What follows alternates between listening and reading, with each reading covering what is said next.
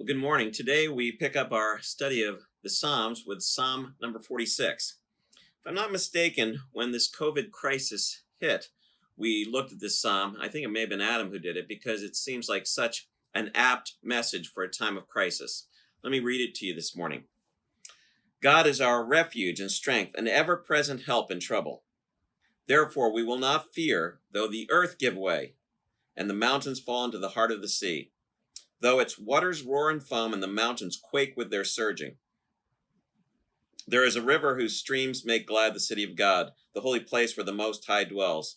God is within her, she will not fall. God will help her at the break of day. Nations are in uproar, kingdoms fall. He lifts his voice, the earth melts. The Lord Almighty is with us. The God of Jacob is our fortress.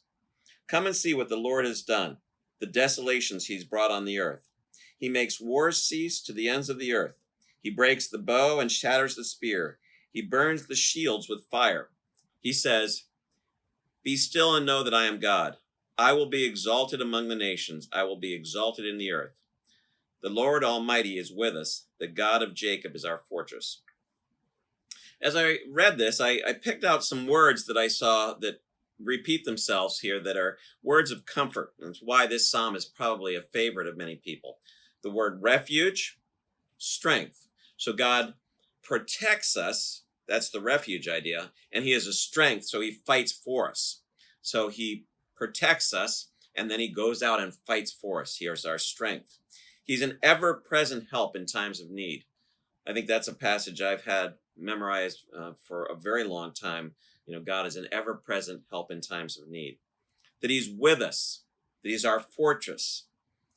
And then those lines are actually repeated. I believe it's in verse 7 and 11, the exact same words, where it says, the Lord Almighty is with us. The God of Jacob is our fortress. In verse 10, though, which is the one I want to concentrate on this morning, the psalmist says, "Be still and know that I am God. I will be exalted among the nations. I will be exalted in the earth." And, I think sometimes as Christians, we have this fear that God's going to somehow lose, that we're going to be on the losing team. Because frankly, in this day and age, sometimes it seems like the causes of God and sometimes the people of God are in a minority and that their views are a minority view. Take, for example, our view on life. That's not what you hear every day on the news. Our protection of the unborn, for example. But what this says is, be still and know that I am God. So he's saying, remember, I'm God. And so because I'm God, because the purposes of God are never thwarted, because God has the power to execute his will finally, which is what it says back here when it says, "Come and see what the Lord has done, the desolations he has brought on the earth. He makes war cease to the ends of the earth. He breaks the bow and shatters the spear. He burns the shields with fire." So he's saying, I am God, therefore I have this power. So my will be done. It may not be in the time you expect, the time you want, but my will be done. And he says, here's what he says, I will be exalted among the nations. I will be exalted. I will be lifted up and seen for who I am. I will be exalted in the earth. That Hebrew parallelism really saying the same thing.